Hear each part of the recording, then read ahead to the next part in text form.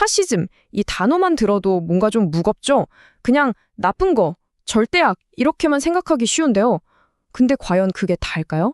오늘은 이 파시즘이라는 게 대체 어떻게 탄생했는지 그 속을 한번 제대로 들여다보려고 합니다. 모든 이야기는 바로 이 질문에서 시작돼요. 파시즘 같은 생각은 도대체 어디서 온 걸까? 진짜 어느 날 갑자기 하늘에서 뚝 떨어진 악마 같은 게 아니었거든요. 그럼 대체 이 괴물은 어디서 어떻게 태어난 걸까요? 오늘 분석에서는요, 이 파시즘을 잡초에 한번 비유해 볼 거예요. 어떤 척박한 땅에서 도대체 뭘 자양분으로 삼았길래 그렇게 괴물처럼 자라날 수 있었는지 지금부터 그 뿌리를 한번 따라가 보시죠. 자, 그럼 시간 여행을 좀 해볼까요? 파시즘이라는 잡초가 처음 싹을 틔운 곳으로요. 때는 바로 모든 게 그야말로 뒤죽박죽 대혼란이었던 1차 세계대전 직후입니다. 정확히는 1919년, 네, 바로 그 해입니다. 지옥 같던 1차 세계대전이 막 끝난 바로 다음 해였죠. 사람들이 이제 좀 평화가 오려나 기대했을 바로 그때, 역사의 무대 뒤편에서 파시즘이라는 유령이 서서히 모습을 드러내기 시작한 겁니다. 그때 유럽 상황이 어땠냐면요. 그냥 완전 폐허였다고 보시면 돼요. 전쟁에서 졌다는 그 국가적인 굴욕감, 그리고 당장 먹고 살기 힘든 경제적인 위기. 근데 이게 다가 아니었어요. 러시아처럼 우리도 공산주의 혁명이 일어나는 거 아니야? 하는 이 공포감까지. 이 모든 불안, 분노, 공포가 아주 그냥 뒤범벅이 돼서요. 파시즘이라는 잡초가 자라기에는 뭐 거의 최적의 토양이 만들어져 버린 거죠. 근데 있잖아요. 이런 외부적인 혼란이 전부가 아니었습니다. 어쩌면 더 중요했던 건 전쟁이 사람들 마음속에 남긴 아주 깊고 어두운 상처였어요. 전쟁이라는 게 정말 무서운 게 사람들 생각을 완전히 뒤바꿔 놨다는 거예요. 예전에는 그래도 대화로 풀어야지, 민주주의 절차가 중요하지, 이랬던 믿음이요. 그냥 박살이 나버린 겁니다. 그 빈자리를 뭐가 채웠냐? 바로 말보다 주먹이 빠르다는 폭력적인 생각, 그리고 이 혼란을 한 방에 정리해줄 강력한 리더, 카리스마 넘치는 지도자에 대한 갈망이었죠. 사람들 마음속에서 일어난 바로 이 변화가 파시즘이 들어올 문을 활짝 열어준 셈입니다. 그리고 이 변화의 한가운데에는 전쟁터에서 돌아온 군인들이 있었어요. 한번 생각해 보세요. 매일같이 죽고 죽이는 참혹한 폭력에 익숙해졌는데 갑자기 평화로운 사회로 돌아오니 적응이 됐을까요? 당연히 안 됐죠. 사회에서 소외된 이들의 분노와 좌절감, 이게 바로 초기 파시즘 운동의 가장 강력한 에너지원이 된 겁니다. 자, 그런데 여기서 또 중요한 포인트가 있어요. 파시즘의 이런 생각들이 그럼 전쟁 때문에 갑자기 툭 튀어나온 거냐?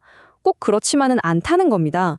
사실 그 씨앗은요, 전쟁이 터지기 한참 전부터 유럽 사회에 이미 뿌려지고 있었어요. 네, 훨씬 이전, 그러니까 19세기 말부터 분위기가 슬슬 바뀌고 있었던 거죠. 철학계에서는 이성, 논리, 그런 차가운 것보다 인간의 본능, 의지, 심지어 폭력, 이게 진짜다. 이런 목소리가 나오기 시작하고요. 문화적으로도 평화롭고 안정된 삶보다는 뭔가 위험천만한 모험을 막 찬연하는 분위기가 생겨났어요. 여기에 우리 민족이 다른 민족보다 우월해 하는 식의 공격적인 민족주의까지 기름을 부은 거죠. 말하자면 파시즘이라는 불이 붙기 좋게 생각의 장작더미가 이미 잔뜩 쌓여 있었던 거예요.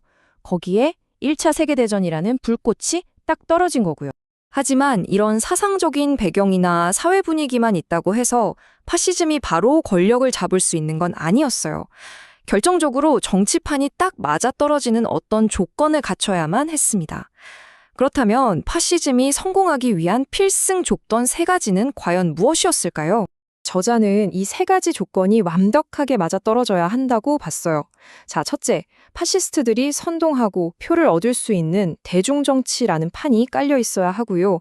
둘째, 기존의 보수나 자유주의 정치인들이 나라의 위기를 해결은커녕 아무것도 못하면서 국민들의 환멸에 사야 합니다.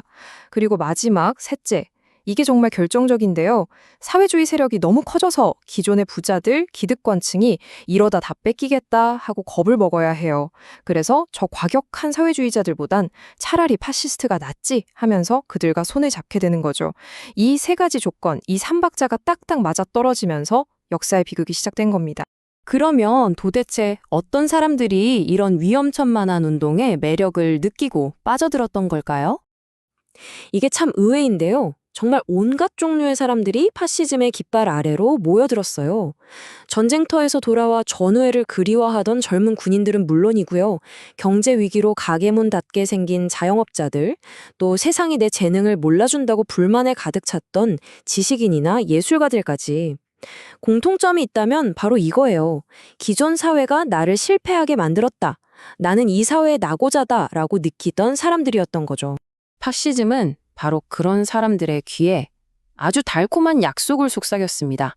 그건 바로 우리 함께 이 썩어 빠진 세상을 뒤엎고 우리 민족을 다시 위대하게 만들자는 거였어요. 굉장히 단순하면서도 엄청나게 강력한 메시지였죠. 절망에 빠져있던 사람들한테는 이 말이 정말 구원처럼 들렸을지도 모릅니다.